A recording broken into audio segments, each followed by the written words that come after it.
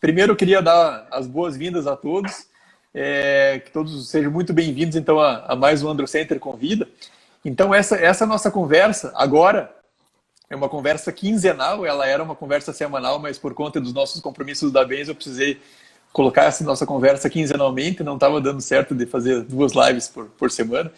Então é uma conversa então que a gente fala a respeito a cada 15 dias a respeito de infertilidade e a respeito de temas relacionados à medicina sexual. Sempre no começo dessas lives, Berteiro, eu gosto de explicar que essa nossa conversa ela não substitui uma conversa com um especialista, uma consulta médica. Perfeito. E que essa conversa ela é uma conversa que tem um cunho informativo, mas ela não substitui, não chega nem perto a uma conversa com um médico especialista. E hoje eu tenho a grata satisfação de contar com um colega que é referência nacional quando o assunto é andrologia e medicina sexual. O nosso colega, ele é urologista, ele é o responsável pelo setor da andrologia do Hospital do Servidor Estadual de São Paulo e ele também é o coordenador do Departamento de Cirurgia Peniana da ABENS, Dr. Eduardo Berteiro. Dr. Eduardo, seja muito bem-vindo ao Androcenter Convida. Eu queria que você ficasse à vontade para saudar a nossa audiência, fazer a sua apresentação e contar um pouquinho a respeito da sua formação e da sua atuação nessa parte da andrologia aí em São Paulo e também no Brasil todo, né? Bem, primeiro, muito obrigado, Gustavo, por essa oportunidade de a gente poder ajudar aqui os nossos seguidores. E você, embora mais jovem do que eu sei que tem muito talento, é muito atuante. Aliás, está à frente aí da Associação Brasileira de Estudos em Medicina e Saúde Sexual, a ABENS, né, que a gente pode depois, que está no seu post aí, que a gente tem a obrigação de divulgar, que é uma associação brasileira que envolve vários especialistas, não só médicos, mas psicólogos, fisioterapeutas, e que vem progredindo muito, vem avançando muito. E a minha formação basicamente começou há 3 décadas atrás. Eu me formei em urologia, fiz residência em urologia e depois fui aos Estados Unidos me especializar nessa área de sexualidade, mais especificamente em disfunção sexual masculina. Fiquei num grande centro lá do Irwin Goldstein, na ocasião em Boston, e peguei gosto, né, Gustavo? Peguei gosto pela especialidade. Eu via que tinha uma carência aqui no Brasil de médicos éticos e que pudessem ajudar uma população muito carente.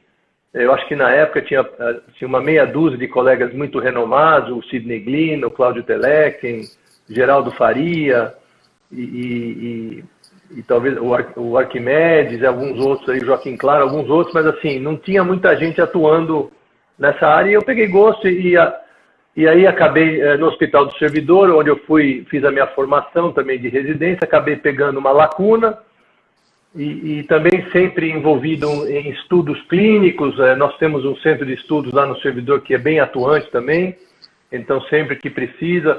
Fui também, eu tenho muito orgulho, um dos primeiros brasileiros a participar dos ensaios clínicos do então Viagra, do Cialis e do Levitra. Então, eu participei dos ensaios pré-lançamento, né, fase 3. Agora que todo mundo já sabe o que é estudo clínico fase 3, né, por causa das vacinas.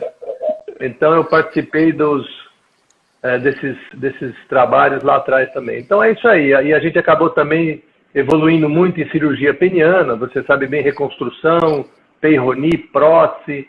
E a pauta de hoje, que é tratar o paciente que foi operado para tratar o câncer de próstata e que, porventura, desenvolva alguma sequela. Aí a gente também acaba se envolvendo com muitos desses pacientes aí, porque o câncer de próstata, como você vai mencionar daqui a pouco, é muito prevalente na população.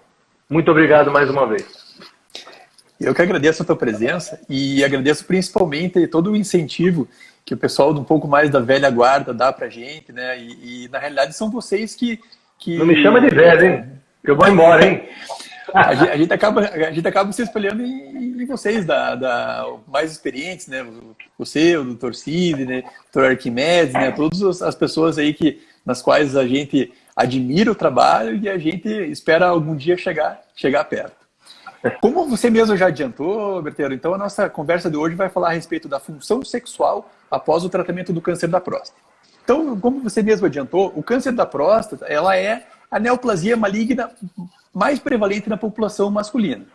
Todos os anos, mais de 67 mil homens têm o diagnóstico de um câncer de próstata.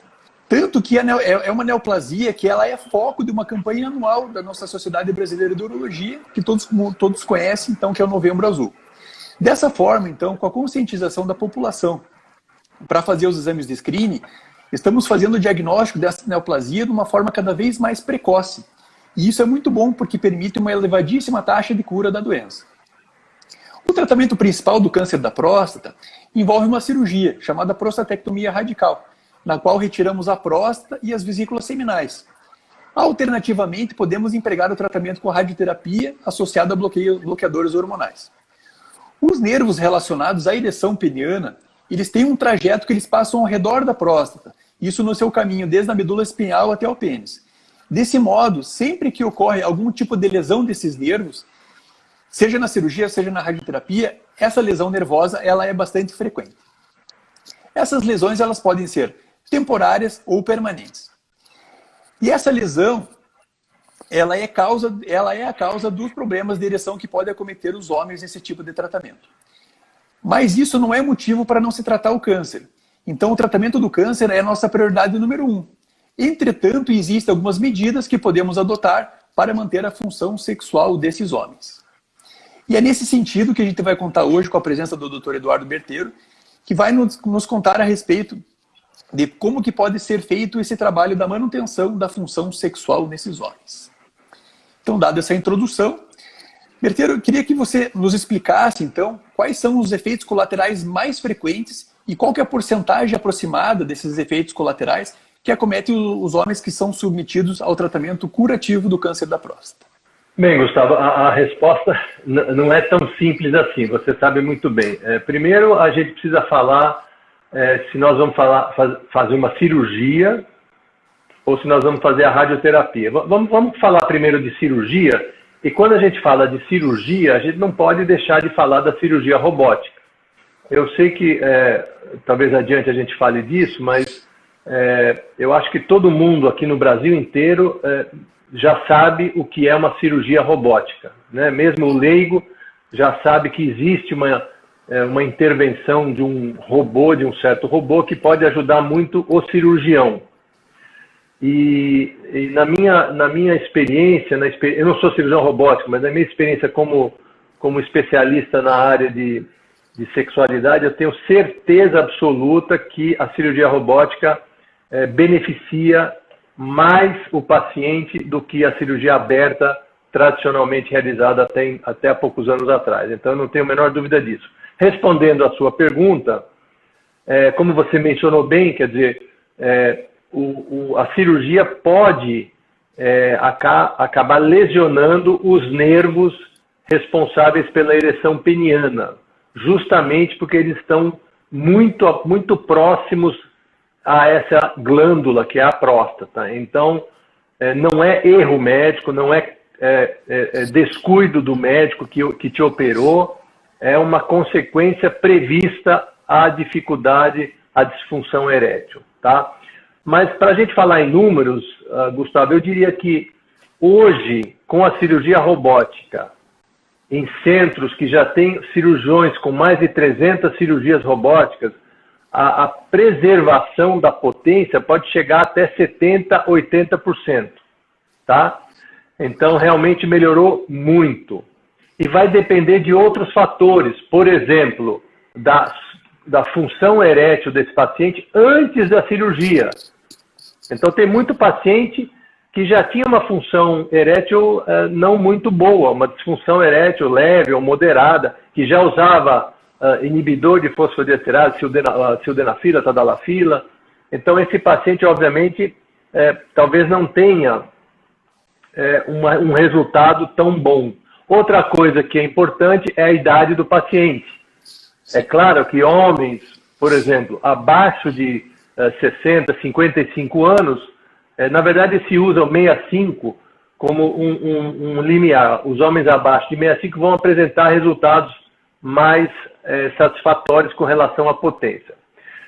Com relação à incontinência, vamos chamar, né, de incontinência, Gustavo, o homem que não tem nenhum controle esfincteriano urinário, ele tem que usar fralda, troca a fralda 5 vezes ao dia pelo menos. Então, esse tipo de paciente é extremamente raro com a cirurgia radical da próstata, especialmente com a via robótica. É extremamente raro, eu digo assim, provavelmente abaixo de 5% dos casos. Então, felizmente, é uma consequência, uma sequela gravíssima, que acaba com a qualidade de vida, mas tornou-se uma raridade. Tá? Então, acho que falando em números, seria por aí, não sei se você concorda, você que está em Curitiba, que eu sei que tem robótica, tem muito cirurgião muito bom aí, amigos meus aí que operam prostatectomia robótica. Então, o que você acha desses números aí que eu falei? Eu acho que são mais ou menos esses mesmos. Na realidade, a grande alteração que eu acho que houve na qualidade do pós-operatório, eu vivi bastante o tempo entre a cirurgia aberta e a cirurgia laparoscópica. A gente observou que com a cirurgia laparoscópica diminuiu muito a quantidade de incontinência pós-operatória. Mas a questão da função sexual, ela parecia que ela não tinha melhorado tanto quanto hoje em dia com a cirurgia robótica. Realmente a cirurgia robótica foi um divisor de águas e eu acho que, dependendo da técnica cirúrgica, lógico, vai depender de como é que está a extensão do tumor também, ver se o tumor chega mais para perto da cápsula, ver se precisa fazer uma cirurgia mais poupadora de nervo ou não. Isso vai também trazer bastante diferença no pós-operatório, né? Mas o que eu observei é que com a laparoscopia diminuiu bastante a incidência de incontinência urinária e com a robótica realmente parece que está melhorando Aqui em Curitiba a robótica ela é um pouco mais recente do que aí em São Paulo. A gente tem robô aqui em Curitiba, acho que faz aí questão dos 2 ou 3 anos. A questão do resultado da robótica ainda ela não é tão evidente para a gente quanto é para vocês aí em São Paulo que estão acostumados com esse método há mais tempo, né? Enfim, falando a respeito da função sexual, a gente tem que a Organização Mundial da Saúde, ela elenca a sexualidade como um dos pilares da qualidade de vida do homem.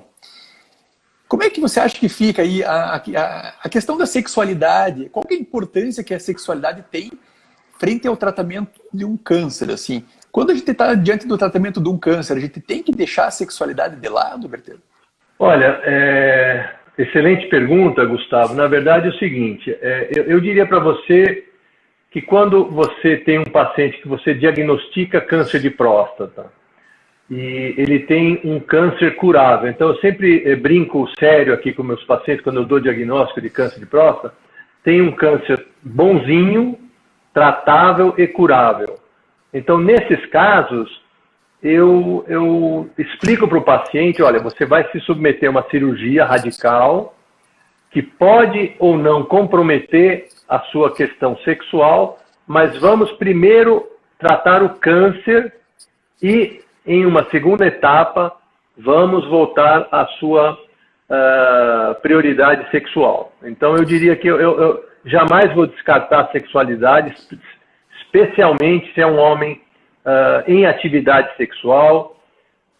Agora, o oposto, o radicalismo também não pode acontecer. Isso me veio à cabeça agora, um caso de um paciente relativamente jovem, 50 e poucos anos, que veio comigo, eu fiz o diagnóstico, aquela história, o PSA alto, tal, ele faz a biópsia, câncer, curável, mas ele voltou com a esposa e ele se recusou veementemente a ser submetido ao tratamento cirúrgico pelo medo das consequências. Então, isso eu, obviamente, critico muito, ele foi totalmente irracional e eu até falei para ele, olha, você pode procurar um outro colega, um outro cirurgião, mas você precisa ser tratado, porque não deixe de tratar, o seu tumor é curável. Então, esse paciente foi extremamente radical, e faz alguns anos, uns 3 anos, nem sei como é que ele está, se ele realmente não se tratou, por medo de ficar com sequelas. Então, eu acho que assim, ele tem que fazer o tratamento, você explica as consequências e o que pode ser feito também, a gente vai discutir aqui, para ele voltar a ter uma vida sexual satisfatória. Mas assim, deixa a vida sexual de lado temporariamente, vamos colocar assim. Vamos tratar o câncer.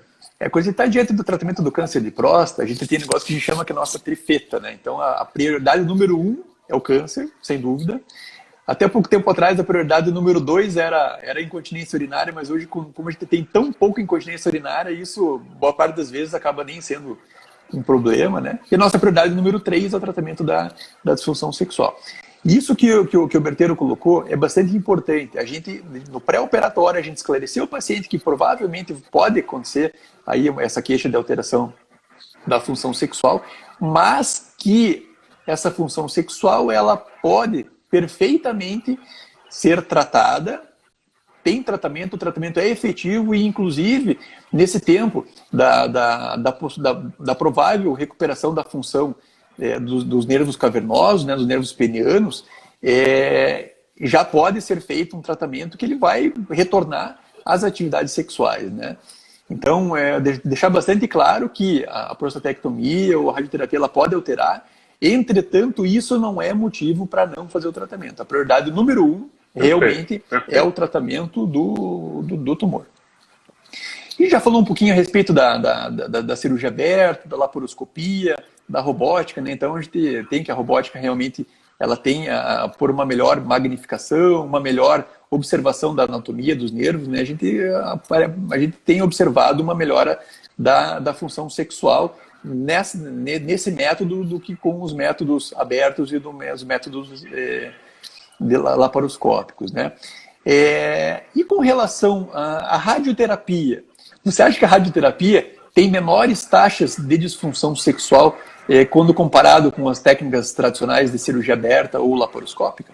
Então, os radioterapeutas são muito positivos, né? Eles falam que eles colocam os campos, protegem teoricamente ali onde passam o feixe vascular nervoso.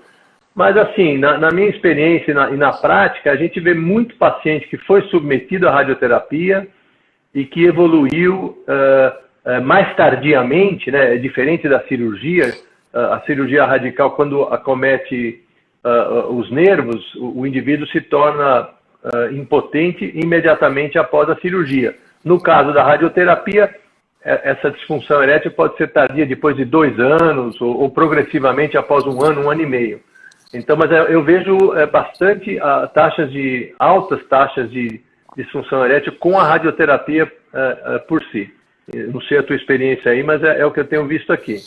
Lembrando que a radioterapia ela tem a função também curativa no câncer de próstata e geralmente o paciente candidato é um paciente que provavelmente já tem uma idade um pouco mais avançada ou tem muito risco para ser submetido a uma cirurgia, é um paciente que tem uma cardiopatia ou tem um diabetes muito grave, muito obeso. Se bem que a obesidade hoje também não é problema com a videolaparoscopia ou com a robótica, né? Mas, de qualquer maneira, a radioterapia também não é isenta de complicações e de sequelas. Também na parte urinária a gente sabe disso. Por isso que eu quis colocar essa parte. Geralmente o paciente que faz uma prostatectomia, então, assim como você muito bem colocou, ele já nota a alteração da função sexual logo depois da cirurgia. Já quando o paciente faz uma radioterapia, essa disfunção sexual ela é mais gradativa. Porque o efeito da radioterapia, como o Dr. Eduardo muito bem colocou, ele pode durar até 2 anos, 2 anos e meio. Né? Então, essa queimadura interna que a radioterapia provoca, ela vai, junto com a queimadura da próstata, vai queimando os nervos também, mas essa queimadura vai sendo mais gradual. Então, o paciente percebe que ele vai perdendo a ereção do modo mais gradual, e ele pode associar isso aí não à radioterapia, mas com o passar da idade. Mas acho que é bastante interessante a gente colocar aqui as taxas de disfunção sexual, tanto com a cirurgia quanto da radioterapia, elas são bastante parecidas. Então, a gente falar para o paciente, para ele fazer uma radioterapia, que ele vai ter menos disfunção sexual, isso não é uma verdade. Então, as técnicas de radioterapia e as técnicas cirúrgicas, elas são bastante equivalentes quando a gente fala em resultado final de disfunção sexual, né, Bertelli? Não, perfeito, perfeito. E uma das coisas que muda muito quando os pacientes percebem, né, isso a olhos vistos, como é que ficam a questão das ereções noturnas involuntárias no pós-operatório, tanto da prostatectomia quanto da radioterapia. Você pode falar um pouquinho para a gente a respeito dessas ereções noturnas involuntárias e qual é a importância disso? Bem, aqui você está querendo dizer num paciente normal, né? Num homem normal. Então, no homem normal e assim, o que isso altera no homem que foi operado?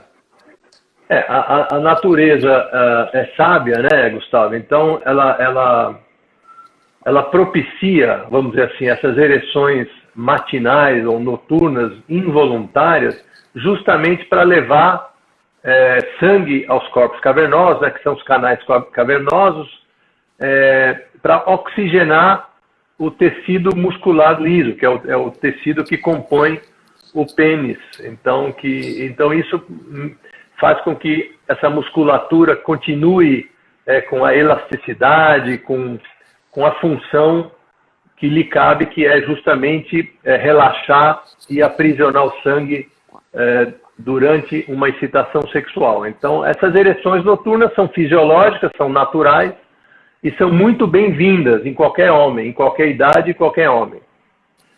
No caso da cirurgia para retirada da próstata, o que acaba acontecendo muitas vezes é que a gente vai falar, eu posso já falar da neuropraxia aqui ou é mais adiante? Claro. Não, fica à vontade, então, pode falar o que você quiser, você é o convidado. Lembrando o seguinte, como o Gustavo já falou, quando a cirurgia, mesmo feita por um cirurgião extremamente habilidoso, ele vai dissecar as camadas da próstata e vai tentar manter lateralmente esse feixe. Na verdade, não é um nervo só, é uma ramificação nervosa e ele vai tentar preservar o máximo possível. Ao manusear a próstata, pode ser que ocorra o que a gente chama de uma dormência. O nome científico é neuropraxia, né, com X ali no final. Sim. E essa dormência pode fazer com que o paciente acorde da cirurgia já sem uma ereção como ele tinha antes da cirurgia. Então, para a gente fazer, aí vem a parte da reabilitação peniana, o que a gente faz? Aí seria o trabalho nosso como especialista em medicina sexual. O que eu costumo fazer, basicamente, é administrar medicação vasodilatadora peniana já imediatamente após a retirada da sonda. Então, a gente sabe que a gente retira a sonda do paciente com 6, 7, 10 dias, dependendo do cirurgião, mas hoje em dia, acho que uma semana é o máximo que a gente deixa a sonda. Então, eu sugiro ele começar a tomar, eu particularmente prefiro o Cialis, ou a Tadalafila, que é de 5 miligramas, que tem uma duração no sangue, a gente sabe, de praticamente um dia inteiro. Então, ele tomaria um comprimido por dia, e com isso, mesmo involuntariamente, começaria a jogar um pouquinho de sangue naquele pênis para evitar sequelas mais adiante. Quais seriam as sequelas? Seria justamente uma atrofia dessa musculatura e, consequentemente, do próprio pênis. É só fazer uma analogia, né, Gustavo? Se você quebrar o seu braço e você ficar com o seu braço como antigamente, né, a gente ficava com o braço engessado 40 dias, o que ia acontecer com o seu bíceps, com o seu tríceps? Totalmente atrofiados em comparação ao outro braço. Então, o pênis seria a mesma coisa. Se você ficar... Aquela piada do desuso é uma verdade para o pênis. Se você não tiver nenhuma ereção, mesmo que involuntária, o seu pênis vai sofrer uma retração, o tecido muscular peniano vai ser substituído por um tecido chamado colágeno, é uma cicatriz. Então o pênis vai perder elasticidade, vai diminuir de tamanho e ele vai se tornar impotente. Então a gente quer evitar isso. Então foi desenvolvido, alguns colegas há 20 anos atrás por pioneirismo, desenvolveram o termo reabilitação peniana pós-cirurgia da próstata. Então, para começar, eu introduziria sim a tadalafila diária, e aí a gente pode bater bola aqui sobre o que mais que eu faço. A tadalafila, na minha concepção, vai manter, primeiro, a vasodilatação das artérias cavernosas, né, que são as artérias que vão irrigar os corpos cavernosos, e também a própria musculatura, né? A gente sabe que a tadalafila relaxa a musculatura, então vai fazer com que chegue um pouco de sangue dentro do pênis, mesmo que não seja uma ereção rígida, né? Não seja uma ereção rígida, mas que seja uma tumescência peniana, já é muito satisfatório em termos de prevenção contra uma fibrose, contra uma... Isso não sou eu que digo, né, Gustavo? São trabalhos que existem na literatura. Você pega dois braços, pacientes que foram operados e que não usaram tadalafila, e pacientes que usaram a tadalafila pelo mesmo cirurgião. Os que usaram a tadalafila tiveram mais retorno das ereções espontâneas do que o grupo que não usou a tadalafila. Então, não sou eu que inventei isso, isso aí existe comprovadamente aí, com vários trabalhos comprovando isso. E além da tadalafila, você tem alguma experiência com bomba vácuo, Bertelo? Já nessa manutenção, Olha, nessa reabilitação precoce? Eu vou ser bem honesto contigo. Eu uso o trio aí. Eu uso o trio. Depois a gente vai falar da injeção, né? Mas assim, eu uso a tadalafila e eu recomendo a bomba de vácuo. Então, para as pessoas saberem o que é uma bomba de vácuo. Bomba de vácuo, na verdade, foi desenvolvido há mais ou menos, sei lá, muito tempo atrás, mais de 40 anos, basicamente para produzir uma ereção artificial. Então, é um cilindro de acrílico, o cidadão coloca o pênis dentro do cilindro, em encontro ao pubis dele, e esse cilindro é conectado a uma mangueira e ele manualmente vai comprimir um manguito, uma pera, e vai sugar o sangue para dentro do corpo cavernoso, produzindo uma ereção artificial. Então, isso hoje em dia foi vamos dizer assim, desvirtuado a utilização da bomba de vácuo. Existem propagandas assim, mentirosas que não falam a verdade, que dizem que isso vai aumentar o pênis significativamente, e não é uma verdade. Mas eu recomendo aqui sim que use a bomba de vácuo, que seja 10 minutos por dia, porque isso pode... É uma fisioterapia, vamos fazer essa analogia. Ele vai dilatar o seu pênis, que você não está conseguindo uma ereção satisfatória depois da cirurgia, então a bomba de vácuo faz uma dilatação dos corpos cavernosos, mesmo que artificialmente, e isso previne atrofia e consequente redução da haste peniana. Lembrando, né, Gustavo? Sim. Que também vários trabalhos mostram de que os pacientes submetidos à prostatectomia radical aberta reclamavam de uma atrofia, de uma diminuição da haste peniana. E você sabe muito bem que você mexe com saúde sexual masculina, nenhum homem vai querer diminuir o pênis, assim como nenhum homem, faço analogia, nenhum homem vai querer diminuir o salário, por mais que ele ganhe. Não é isso? É verdade. Então, esse trabalho que a gente faz então com medicação, com bomba vácuo, é justamente no sentido, com o objetivo de preservar a saúde do pênis. Por quê? Se a gente voltar lá para a nossa conversa agora há pouquinho, daquela lesão nervosa, que pode ser uma lesão temporária ou permanente, se a gente tiver que essa lesão for temporária e o nervo voltar a funcionar daqui a 6 meses, um ano e pouquinho, se esse nervo encontrar um pênis disfuncional, um pênis que não foi trabalhado, de nada vai adiantar. Vai chegar o impulso nervoso, mas o pênis não vai estar mais saudável para funcionar. Então essa que é a ideia de fazer a tadalafila para melhorar a oxigenação, a bomba vácuo que vai manter essa elasticidade do pênis, que assim como o Berteiro falou, para a gente conseguir manter o tamanho do pênis. E também existem alguns trabalhos que mostram que essa bomba vácuo ela aumenta a quantidade de sangue arterial dentro do pênis. E a gente sabe que sangue arterial é vida. Então, a gente levar mais sangue arterial para dentro desse pênis vai fazer com que esses sinusoides, esses músculos, esses vasos penianos, essa esponja do pênis, se mantenha vascularizada, com uma maior quantidade de sangue arterial e dessa forma fazendo menos atrofia, menos fibrose, menos deposição de colágeno, né? Mais ou menos essa ideia, né, Bertelo? Perfeito, perfeito. E quando a gente falou, eu falei de neuropraxia, né, aquele adormecimento dos nervos cavernosos durante a cirurgia, mas sem lesioná-los permanentemente, esse adormecimento, ele geralmente volta, a minha experiência aqui é com 5, 6, 7 meses, tá? Então, como é que eu sei, ou o paciente sabe que vai voltar a ter uma ereção espontânea? Ele vai perceber a ereção matinal, aquela ereção de manhã que o paciente tem, geralmente todo homem tem, não toda manhã, mas em algumas manhãs da semana ele vai perceber que o pênis pode não estar tão rígido, mas ele tem um enchimento de sangue, e o paciente que foi operado da próstata, ele percebe essa diferença. Então isso é um bom sinal de que o pênis está saudável, que a circulação peniana, a inervação foi realmente preservada. E lembrando mais uma vez, né, Gustavo, isso que nós estamos falando de reabilitação peniana só tem valor se a cirurgia foi feita com preservação dos feixes neurovasculares penianos.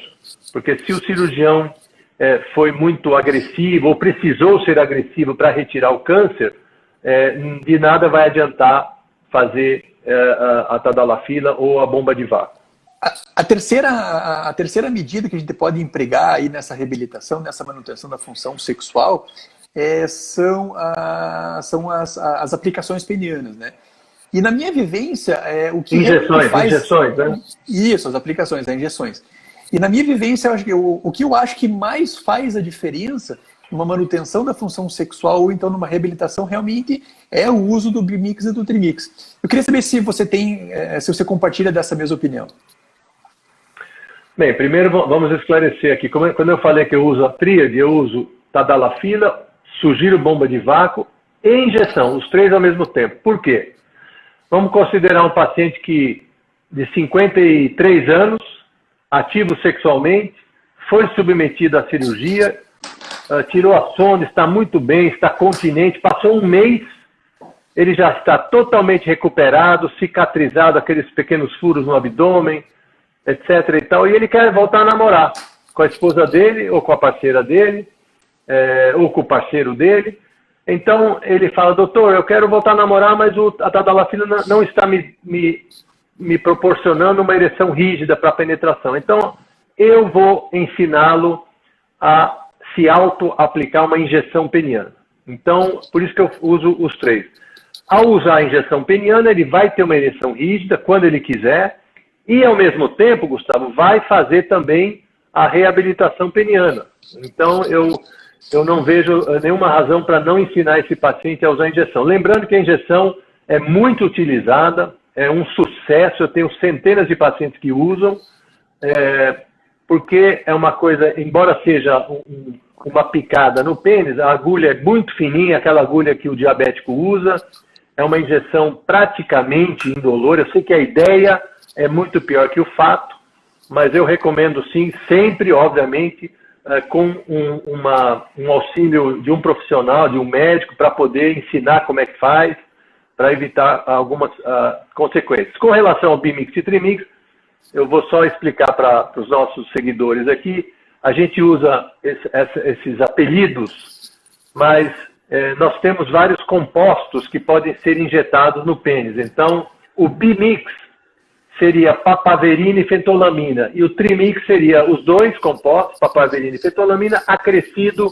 do alprostadil ou prostaglandina, que é sabidamente a molécula que mais ajuda na ereção peniana, tá? Então, no meu ponto de vista, pós-prostatectomia radical, eu observo com muita frequência que o Trimix, que tem o alprostadil, causa muito mais dor peniana nesse paciente, tá? Então, eu prefiro usar nesse paciente o Bimix, papaverina e fentolamina. Eu até tenho um colega nosso, cirurgião renomado aqui em São Paulo, eu não vou falar o nome dele porque não tem, mas assim, extremamente habilidoso, trabalha numa instituição aqui grande de oncológica, e ele me ligou aqui em apuros, semana passada, porque era um paciente que havia sido submetido à prostatectomia, que ele operou, e ele havia injetado o Trimix, e o paciente estava chorando no consultório dele de dor. Então, existe alguma coisa que acontece com o alprostadil, que tem um veículo também alcoólico, nesses pacientes que foram submetidos à prostatectomia, alguma sensibilidade anormal que causa muita dor. Então, eu sugeriria sempre o Bimix, pelo menos até uns 6 meses após a cirurgia. Depois de 6 meses, a minha experiência também é que o Trimix não vai causar mais dor como poderia causar logo após a cirurgia. E bastante interessante disso aí é que essas aplicações, essas injeções, elas vão fazer com que o paciente consiga retornar à sua atividade sexual praticamente normal. Eles vão dar uma ereção rígida o suficiente para conseguir uma penetração. O que geralmente as medicações orais e a bomba vácuo vão acabar não permitindo nessa nossa terapia, né? E no âmbito dessa reabilitação, dessa manutenção, com que frequência que você indica dos pacientes usarem essa medicação? Só quando vão ter relação ou precisa usar com uma certa frequência? O Francesco Montorsi, que é um italiano, que foi um primeiro urologista, ele está lá em Milão, e ele foi o primeiro colega nosso que começou a usar alprostadil pós-prostatectomia radical, isso provavelmente há quase 25 anos atrás, e percebeu que nos pacientes que ele fazia o tratamento com a prostaglandina, o alprostadil, evoluíam melhor do que os pacientes que não usavam a injeção. Então, respondendo a sua pergunta, eu geralmente sugiro que ele use quando vai namorar. Se ele é um cidadão que tem uma frequência, sei lá, 1 vez por semana de relação sexual, ou 2 vezes por semana.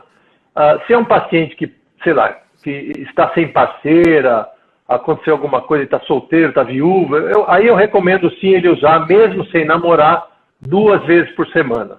Mas, como a gente já comentou aqui, para oxigenar o pênis, para fazer esse exercício de reabilitação peniana, 2 vezes por semana, lembrando mais uma vez que a injeção peniana precisa ser introduzida por um médico, geralmente um urologista, para que vá te orientar como fazer essa injeção. Não vá na farmácia comprar algum produto ou na internet, não recomendo. Isso pode ter consequências deletérias para você, sempre sob orientação médica. Mesmo porque essas aplicações, essas injeções penianas, elas não são isentas de problemas, de efeitos colaterais também. Sim. Então, se essa aplicação, se ela não for feita do modo correto, ela pode aumentar a chance do paciente ter uma fibrose. E mesmo porque nas primeiras aplicações, a gente tem que tomar muito cuidado para ver se esse paciente não vai fazer um priapismo. Então, o priapismo é uma ereção permanente, uma ereção que dura mais do que 4 horas. Essa ereção que dura mais do que 4 horas, ela é deletéria para o funcionamento do pênis. E geralmente, quando ela acontece já nas primeiras aplicações. Então, nas primeiras vezes que o paciente vai fazer essa aplicação, isso aí o médico tem que fazer, o médico tem que ensinar, o médico tem que ficar de sobreaviso depois que faz essas aplicações. Por quê? Porque se esse paciente tiver lá uma ereção que dure mais do que 2 ou 3 horas, já tem que ligar para o médico e falar: doutor, a gente fez a aplicação não está baixando, estou com uma ereção bem rígida e está começando a me doer isso aqui. Então, daí a gente vai precisar fazer uma intervenção para a gente baixar essa ereção. Então, assim como... Gustavo, eu estou dando uma xeretada aqui nas perguntas. Posso xeretar aqui, não? Claro! Então, bem, tem o Pedro Dyer, que é amigo nosso lá em Vitória. Espera um pouquinho, já falo com o Pedro aqui. Mas tem uma pergunta que é boa aqui, ó. Pergunta aqui, tadalafila causa dependência? Isso é uma pergunta bem frequente, né, Gustavo? Você quer responder? Você que tem bastante experiência também. Esses produtos causam dependência? Não causa dependência nenhuma. Então, o que acontece? A tadalafila ela é uma medicação muito usada no tratamento da disfunção erétil, né? Ela é uma medicação que é um facilitador da ereção. Ela não causa dependência, a pessoa não fica dependente. O que pode acontecer se a pessoa suspender a medicação é a medicação parar de fazer efeito porque não está mais usando. Agora, a pessoa ficar dependente da medicação, não. E a medicação ela também não costuma perder o efeito. O que acontece é que, geralmente, esse paciente que tem uma disfunção erétil, ele tem uma causa neurológica, ele tem uma causa vascular. Boa parte das vezes a gente pede para perder peso, melhorar a qualidade de vida. Esse paciente ele acaba não seguindo todas as orientações, essa doença que provocou a disfunção erétil ela vai continuar progredindo e com o tempo pode ser que a tadalafila faça menos efeito. Mas a tadalafila não causa dependência, né, e não causa nenhum tipo de problema nesse sentido. A minha orientação, Gustavo, com relação a isso, independente do assunto aqui, câncer de próstata, eu sempre falo assim, só use o produto se você precisar. Porque, embora não cause dependência química, eu diria que você pode acabar gostando do produto. Então, seria um hábito você ter o produto para usar. Então, por exemplo, se você é muito jovem, tem abaixo de 30, 35 e tem uma ereção normal, não comece a usar o produto. Pergunte ao médico, a não ser que você tenha alguma insegurança, mas insegurança você deve procurar um psicólogo. Não remédio. Porque, obviamente, não é o remédio que vai te resolver. Então, eu faço uma analogia sempre ao medicamento para dormir, os medicamentos indutores do sono. Só use o medicamento para dormir se você precisar. Não vai começar a usar se você não tiver necessidade. Então, não causa vício, e o Gustavo explicou muito bem. O que pode acontecer é que se você tem uma disfunção erétil, a sua patologia vai piorando e a tadalafila vai perdendo um pouco o efeito, porque a sua patologia vai piorando. Então, além de não causar dependência, a tadalafila também não causa resistência, como as pessoas falam, perda da eficácia. O Lucas fala aqui, é quase uma dependência psicológica. Eu concordaria com o Lucas muito bem. Deixa eu voltar ao Pedro Dyer. O Pedro Dyer é um jovem talento também, que formou com a gente aqui no Hospital do Servidor e está bastante engajado aí na área de medicina sexual. Então ele pergunta aqui se a gente reavalia o paciente na reabilitação peniana e com que periodicidade? Quais parâmetros usam para acabar a reabilitação peniana? É uma boa pergunta, né? Quer dizer, ótima pergunta, inclusive é uma das coisas que ele estava preparando. Então, ele até falou aqui que eu já respondi parcialmente. É mais ou menos por aí. Quando voltar a ereção espontânea, tipo 5, 6, 7 meses, você pode pelo menos ter uma luz no fim do túnel, Pedro. Quer dizer, o paciente está voltando a ter ereção espontânea, então você já pode começar a diminuir, talvez, a tadalafila. O Henrique Schweitzer, que é um colega nosso, está brincando aqui com a gente, que o que vicia mesmo é o sexo. O Henrique é sensacional, né? Um abraço, Henrique. Então, aqui o Tiago também, que é um jovem talento aí de Curitiba. Você conhece ele? Tiagão trabalha aqui no prédio com a gente. Trabalha aí com você, claro. Curitiba é pequenininho, todo mundo se conhece. Mas o Tiago, de vez em quando, ele vem ajudar a gente em cirurgia aqui, é um imenso prazer, também um jovem talento. Ele pergunta aqui, como você aborda a dor intensa resultante da aplicação? Olha, Tiago, não tem o que fazer. É bastante dramático. Eu já presenciei. Esse colega que eu mencionei semana passada, óbvio, você pode dar algum analgésico via oral, mas tem que esperar passar o efeito, que pode ser até 1 hora, um pouco mais. Realmente é uma situação bem desagradável, até constrangedora, porque o paciente está aqui no consultório, está com dor. Então, não tem muito o que fazer. Se você, Tiago, descobrir alguma coisa aí, não tem o que fazer. Você me fala. Você tem alguma outra opinião, Gustavo? Eu reverto. O paciente começou com muita dor, eu reverto. Porque realmente é uma dor muito desconfortável. Né? Mas mesmo assim, desculpa te cortar, ele vai continuar com dor. Porque não é só a ereção, é o medicamento que causou, é o Aprostadil. Então, é muito difícil. Mas é isso aí, vamos lá. Não, mas realmente é bastante desconfortável.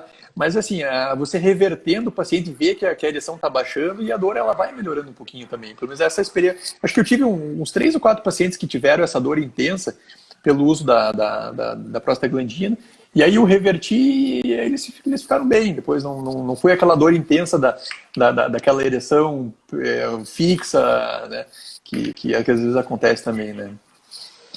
Tem uma outra pergunta.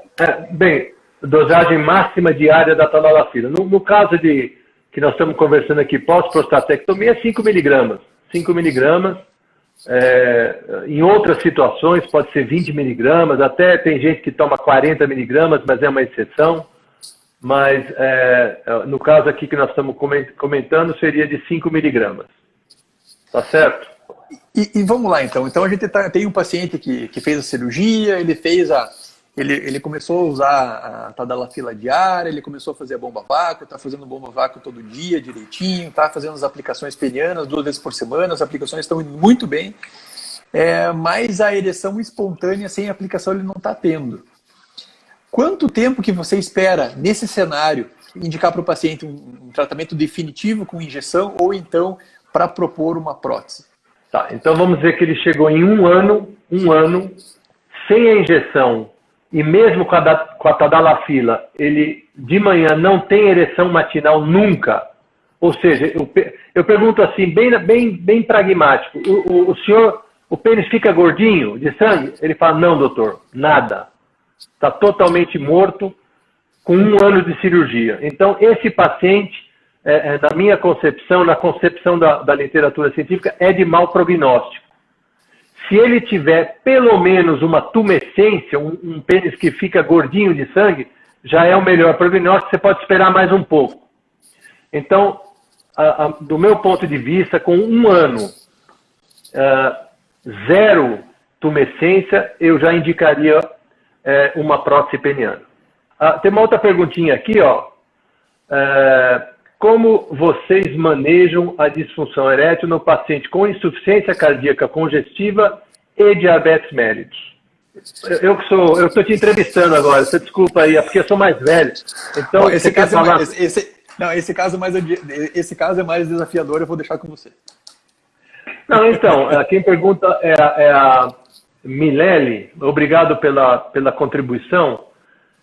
Primeiro que existem graus de insuficiência cardíaca congestiva, né? Insuficiência cardíaca, obviamente, como diz o nome, é o paciente que tem algum problema grave no músculo cardíaco. Então, é um paciente que ele pode ser até proibido de atividade sexual. Então, esse paciente eu não vou prescrever nada, eu vou mandar para o cardiologista falar, olha, o senhor, por favor, fale com ele, se ele liberar que o senhor... Porque lembrando que a atividade sexual é um exercício. Sim. Existe a brincadeira de mau gosto, que com o amante é mais exercício do que com a parceria fixa. Então, de qualquer maneira, a gente sabe que é um exercício. Com relação à diabetes, existe um mito de que o paciente com diabetes mellitus não poderia usar a tadalafila, a sildenafila, a vardenafila, e isso é uma inverdade. Não existe nenhuma contraindicação, pelo contrário, o diabético a diabetes mellitus é a pior doença para a saúde peniana. Então, esse paciente, sim, é um candidato a usar os medicamentos orais. Então, respondendo a Mirelle, eu daria, se o paciente tem insuficiência cardíaca e pode engajar em atividade sexual, começaria com terapia oral, aí, tadalafila, sildenafila, o que é melhor para ele, aí a gente vai, é uma outra discussão, né, Gustavo? O tratamento é exatamente o mesmo, né? Então vai começar pelas medicações por via oral, vai passar eventualmente por uma injeção peniana, pode progredir por uma prótese, mas muito antes da gente tratar, a gente vai ver se esse paciente tem condição de ter uma relação sexual. Então a gente sabe que uma relação sexual, ela gasta mais ou menos o equivalente de 6 vezes uma atividade vital basal, né? Então o paciente tem que atingir mais de 6 METs, né? Então numa avaliação cardiovascular, para ver se ele é apto para realizar, para manter uma relação sexual.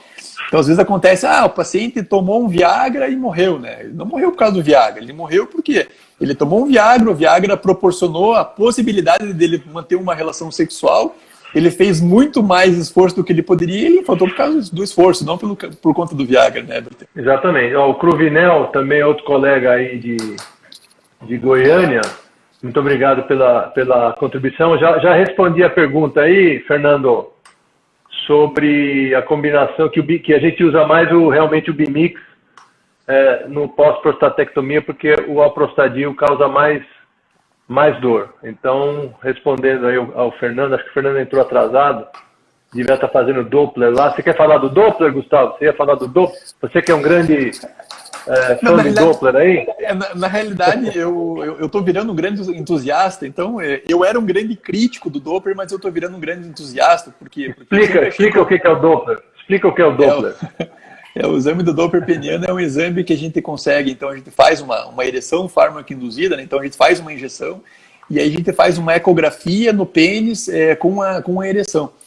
Ou então a gente faz uma tentativa de fazer essa ecografia. Então nessa ecografia a gente consegue observar se a ereção está normal, se não está normal, se eventualmente se a ereção estiver anormal, você consegue perceber se ela está anormal por conta de uma alteração da chegada do sangue no pênis, ou então se ela está anormal por conta do funcionamento do pênis, o pênis que não tá tendo aquela vasodilatação que é necessária, né? Então, para fechar as veias que retiram o sangue do pênis, né? Então você consegue ver qual que é a causa da disfunção erétil, né? E eu tenho feito isso aí bastante, Berteiro, e eu tenho observado aí pacientes que demoram muito para fazer essa reabilitação peniana e que quando se apresentam para fazer um exame de Doppler peniano já vão apresentar um grau de disfunção veno-oclusiva, que é um sinal indireto de que esse pênis está atrofiado, né? Então eu ia perguntar para você se você acha que às vezes os pacientes não demoram muito para procurar esse trabalho de reabilitação peniana e levando essa atrofia. É uma coisa que eu tenho observado. Sim, eu até ia abordar isso, foi bom você lembrar, porque também na minha experiência, como eu mexo muito com saúde sexual, eu vejo que o cirurgião oncológico, o cirurgião robótico, ele está muito mais preocupado no resultado, né, da continência, do câncer, e ele demora realmente para começar a fazer a reabilitação. Provavelmente, alguns colegas nossos não têm muita paciência para mexer com, para lidar com o paciente com disfunção sexual e acabam esquecendo e, no máximo, prescrevem uma tadalafila, mas acabam esquecendo de prescrever precocemente. E a gente sabe que se você começar a tomar precocemente, os resultados são melhores, como a gente já mencionou aqui, do que se você começar a usar 6 meses depois, quando provavelmente já não tem mais nenhum benefício. Então, tem que realmente começar logo após a cirurgia da prostatectomia. E só corrigindo, com minha permissão, o Gustavo, ecografia aqui em São Paulo é ultrassonografia. Então, são os nomes que vão variando conforme o regionalismo aí. Tá bom? Só para não causar confusão. Eu não tenho usado muito o Doppler em pacientes pós prostatectomia. Aliás, é uma boa pergunta até para a gente mencionar. A lesão mais comumente após a cirurgia é a lesão dos nervos e não das artérias. Concorda? Sim. Então, talvez por isso você fazer um ultrassom Doppler imediatamente após a cirurgia, não acho que tem grande valor. Então, na realidade, das nossas mensagens finais, eu acho que você pode dar a sua mensagem final, Berteiro. Primeiro, eu queria te agradecer pela tua disponibilidade. Essa conversa foi uma conversa fantástica. Eu tinha separado mais uns 3 ou 4 temas aqui, mas realmente não vai dar tempo. Queria das suas palavras finais, eventualmente alguma coisa que não falou, você fica à vontade para as suas considerações. Não, eu agradeço mais uma vez a contribuição. Acho que você está de parabéns em ter essa iniciativa. Eu tenho um Instagram que é muito ativo, mas eu não tenho nem tempo, nem o hábito de fazer live. Mas eu acho muito útil. Até o ano passado tinha muita live, mas assim, agradeço. Então, e sempre lembrando para o paciente que vai ser submetido à cirurgia, conversar muito com o seu médico, o seu cirurgião, sobre a sua vida sexual, não desprezando claramente o tratamento do câncer, que é a principal razão da cirurgia. Mas, lembrando que existem artifícios, como nós falamos aqui, tadalafila, injeções, prótese, não falamos muito de prótese, mas tudo pode ser feito para reverter e você volte a ter uma vida sexual satisfatória e curado do câncer, que é o principal. Boa noite a todos aí, e mais uma vez agradeço o Gustavo aí pela iniciativa. Boa noite, pessoal. Então, uma boa semana a todos. Fiquem todos bem.